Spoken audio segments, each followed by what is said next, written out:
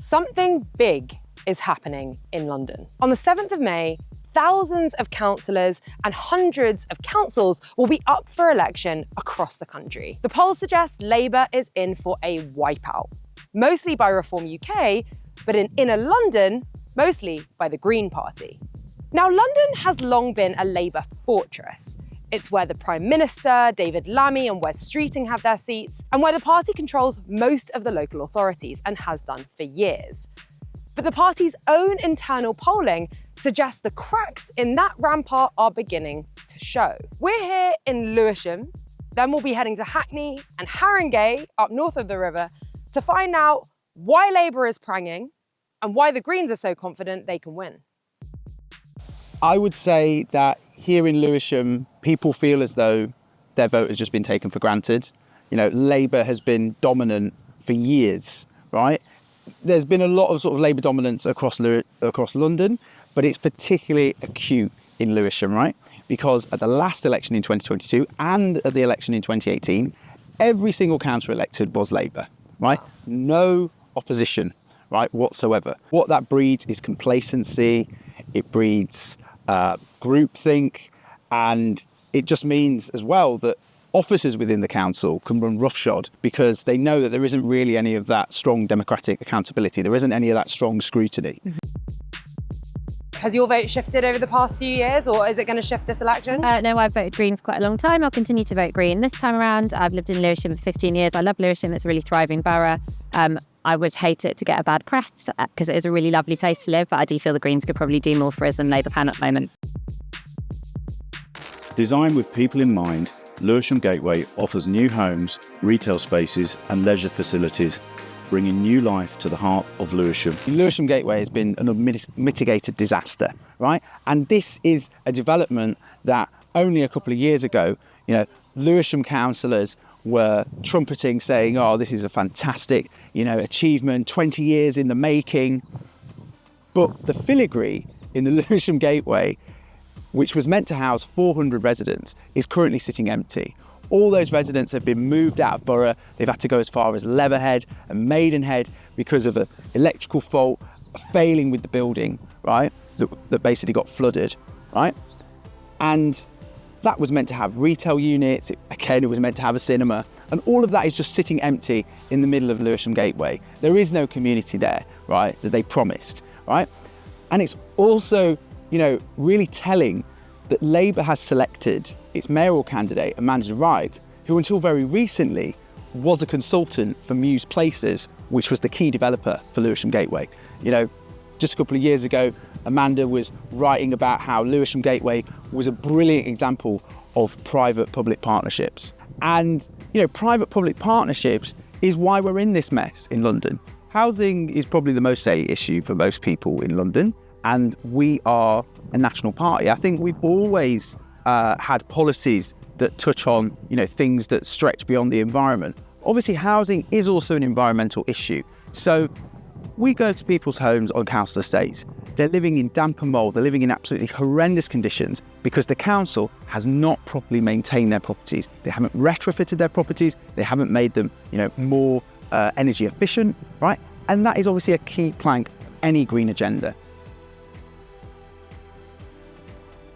Well, this is a HMO house I live in, and basically we've got like rogue landlords. We've had sewage in the garden, which is my only access. I live in the rear of the property.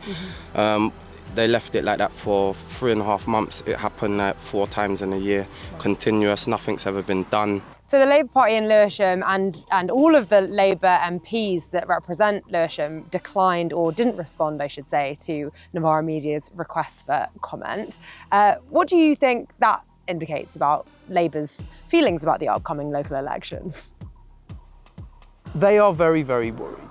I know for a fact that some of their internal polling is saying that they could lose the council. So they're incredibly worried about what could happen in Lewisham. So the Labour Party's controlled Lewisham for many years now. They haven't even had any opposition until last year when 2 of their councillors became Green Party. Do you think that that's going to continue? Can you see Labour Party continue to control Lewisham? No, because like I said before, my dad obviously was brought over in Windrush, worked on the buses. As a kid, he always said vote Labour. The last 4 or 5 years he's fed up. He ain't even voted. He said there's no point. And then this reform thing, you get a lot of mixed signals and people saying all different things about it. So I don't really follow it like that. Have you heard about the Green Party, or are they not really on your radar? I heard about them, but honestly, I vote. If the Green Party was to say, like, you know, we will in-house the council's repair system. That's what they all say. They all promise the world, and like I said, none of them come through with their word. So that's politics for you.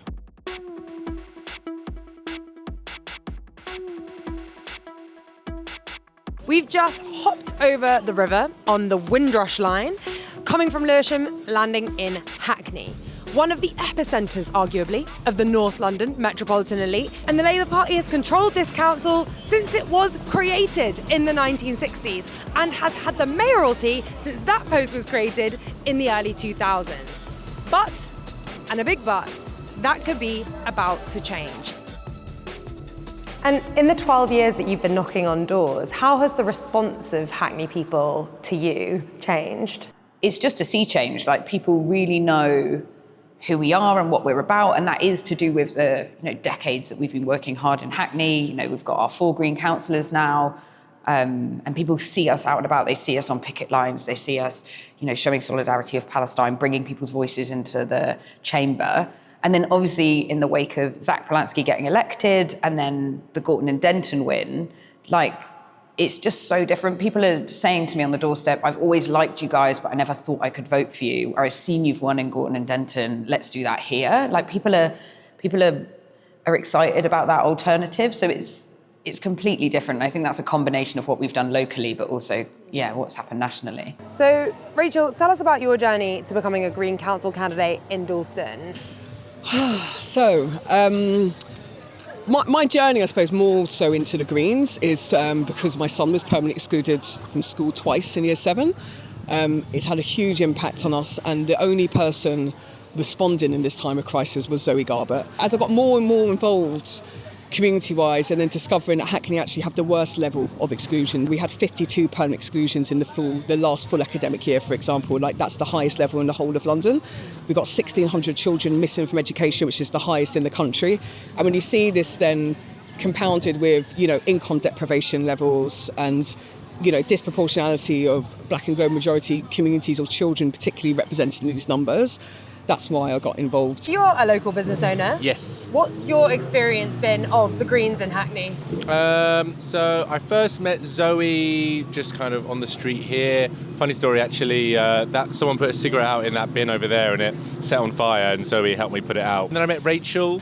She's been helping me find a cafe space, which I've been trying to take the next step for a few months now. And there's a couple of council-owned empty spaces. Meeting Rachel and Zoe, it was their immediate will to help was amazing. They were like, wow, we need to be making money everywhere we can. Why is this empty? Maybe we can help. Tell us a bit about why housing, and not just residential real estate, but let's say commercial real estate like Ridley Road, which is also another big theme of yours. Why have they become so central to your politics? I think the way that developers have been able to run around this city and make millions off the back of a housing crisis is a complete injustice. In Hackney, we've seen primary schools closing because families can't afford to live here. Homelessness in London's gone up 23%. People are seeing their estates being destroyed and they're left in limbo for 10 years while they wait for, things to happen. And that's all because they're kind of developer-led decisions. And we have a planning system that favours developer profit over the housing that we need. And it's seen as an asset and a commodity rather than something that people need to live in and have a safe, secure home. And I think honestly, it terrifies me to think what the city is going to be like in, say, 10, 15 years' time at the rapid development that's happening. Because the land that people's homes sit on or the market sits on. You know, as a London Assembly member, I've visited estates and markets all across the city who are facing exactly the same issues, whether it's Queen's Market over in East Ham, whether it's Shepherd's Bush, whether it's, Ridley Road. So we are at the top of Ridley Road Market, the historic street market that has served the Dalston community for over 100 years. It's also the epicentre of a massive dispute between property developers and local residents. Now, obviously, this is prime real estate. Surrounding us are beautiful, glittering high-rises that have been built over the past few years, turning Hackney into what it is today, which is one of the centres of gentrification in the UK. But locals do not want developers coming anywhere near this historic site. And right now there is an active dispute between one area of the market, a few hundred metres down that way, and the landlord, who's been trying to evict the market traders for the best part of 10 years. Why do you think they're trying to push you guys out? There's a lot of different reasons that they're claiming, which I can't see through it at all. But I think more is about the council, and these people are in bed with one another, innit? Tell me a bit about that. How has Hackney Council supported you or not supported you as a market trader? We haven't had no support from Hackney Council at all, because what a lot of people don't realise, this market where we're in here, the indoor, is a private building. Hackney Council is only in charge of the street market. Yeah. You understand? And so have you tried to reach out to them to kind of help you to negotiate with your landlord or help you in any other ways? They were part of the process, but they didn't do anything to make it better, because they were supposed to lease the building, the whole building. And as in Hackney Council was supposed to take hold of the lease, control of the lease? For 15 years, and they decided they were only now, after they renovated part of it, they decided that they were going to take the top floor alone. Has the council come down here to see you guys since you've started your occupation? Like I said, the council was supposed to be a part of the plans, but then the way they're operating is like they're working more to get us out rather than working with us. I grew up here and been coming to this market my whole life. The significance is that I would say it's like a lifeline of the borough and of London, and people also come from out of London to come to Ridley Road, and it's connected internationally, especially to like West African community, Afro-Caribbean community. This market is where some of that culture lives, and like for me, even just personally, I would argue that like as a human being, where I live isn't just in my house, or it's in my hospital, my school, where I shop, where I like party, like the social space. And so for me, it's like part of me lives here, and part of particularly the black community.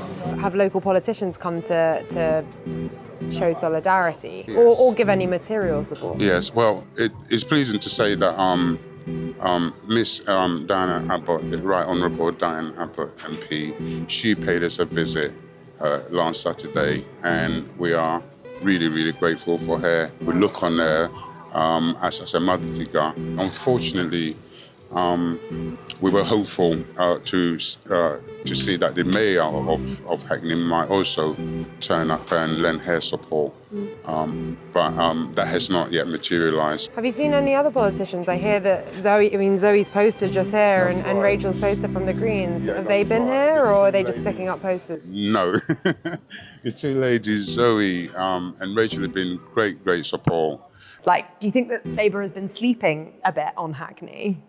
People say all the time that they don't know who the mayor is, they don't know who their councillors are. I have people coming to my surgery from across, so my councillor drop-in, from across the borough, because they don't feel like their ward councillor supports them. So I definitely feel like people feel that from their local representatives. And across the years we've had Labour representatives say to us, "Oh, you've really made us work hard this year," and things like that. And it's like, well, you should be out engaging with people and listening to what they want from you. I've traditionally sort of voted Labour.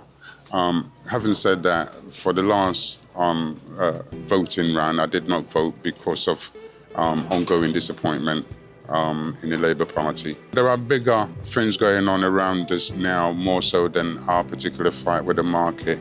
And, I might just, for reference, mention what's going on in Gaza, for instance. it is quite a significant sort of diversion from what would be expected of a Labour Party. Would you ever consider voting for the Greens? Obviously, they're a very small party on the council currently. Yes, I would. I'm not actually like a member of the Green Party, if that helps, just to show that I'm not trying to campaign. She's been involved in community organising, campaigling, and kind of advocating, which is a big thing that people in her position are supposed to be doing. For a lot longer than she was ever a councillor. Zoe has been a part of this from day one, and I think she's What from do you the think Green. about her? She's great, brilliant, and she's from the Green Party, innit? And do you have any, has this whole experience that you've had with different politicians affected how you might vote in the future? You know, they've got a local election coming up on the 7th of May. Definitely, because I'm seeing more of the Green than anyone else in terms of support and things like this. I'm seeing the Green Party for years now supporting us with this project to keep it as a community asset. I started off in Labour. I grew up in a Labour household. I used to watch Neil Kinnock news in an election every 4 years. Do you know what I mean? That was our household. And many of us have grown up in that. But we started to realise actually Labour are not the same party as they were back then. It's not the same people anymore. And that's what I think there has to be, this acceptance and just rolling the dice. Let's take the risk. What are we going to lose? So we're about to leave Hackney and Ridley Road Market to head to another council that Labour is a little bit worried about, particularly as we head to the 2029 general election. So this is Haringey. So the Green Party doesn't have a massive base in Haringey as it does in Hackney or in Lewisham, but it is very rapidly growing.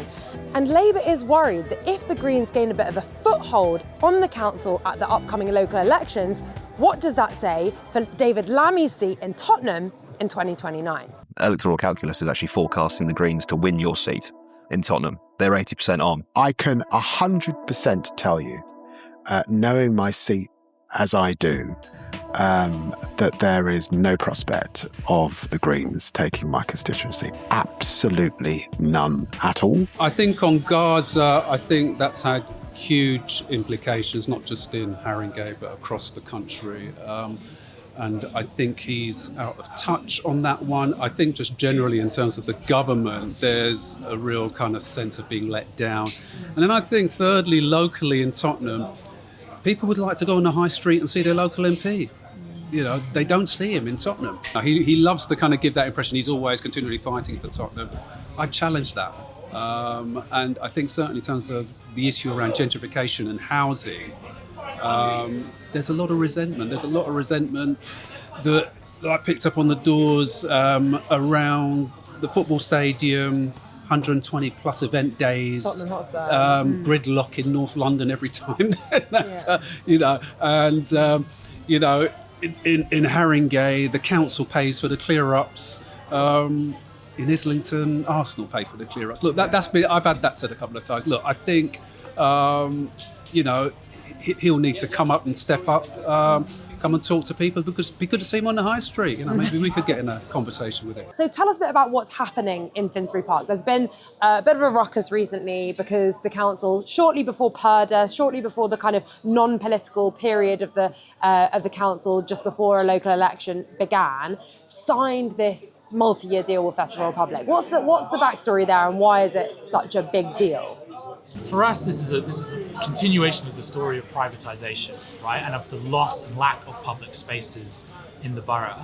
You know, what's been happening in Finsbury Park, where, you know, frankly, the council earns £1.2 million of events every year. I mean, it's nothing compared to the amount of money that these festivals are making.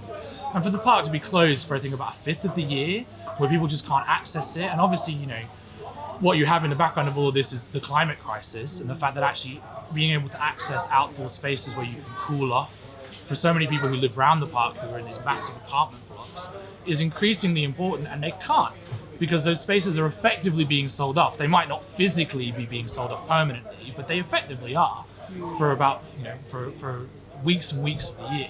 Is Labour finished in London? I'm not arrogant enough to say that. No, okay. No, you think it'll still cling on? I think, look, I'm not going to predict in terms of the next, in terms of the local election, but my kind of sense on the door is the demographic wind is behind the Green Party, just on the age issue. Younger people are far more easier to engage. I think for those people who are sort of my generation and what have you, they're the ones, I found that in Manchester as well, more the ones who are on the fence and what have you. But Labour is in trouble. I think there's just been a lot of duplicity and a lot of, as I said, arrogance and complacency when you've been in power for so long. Yeah, I mean, I wouldn't say that they're finished, but I think the days of sort of gliding through and just getting votes are over. I mean, if there's one thing that we can say is happening in British politics right now, it is the breakdown of the two-party system and the way that politics has functioned up until now. And I don't see that changing anytime soon. In places like Hackney, Lewisham, Haringey, Labour has been the default choice, but there are no longer Labour families in inner London, it seems. It seems like now the days where you could just count on people's vote because that's how they've always voted are gone. Rachel Nkiasu-Grifo, one of the Greens council candidates in Hackney, said to us today, you know, what have the Greens got to lose? And the problem is they don't have anything to lose, and nor does the voting public in Hackney or in inner London generally. The problem is, for Labour, there's nothing people are voting to keep anymore. They're not worried about things getting worse. Things couldn't get worse. When you're Labour and you're faced with a voting public and an opposition that feels like it has nothing to lose, you're kind of screwed.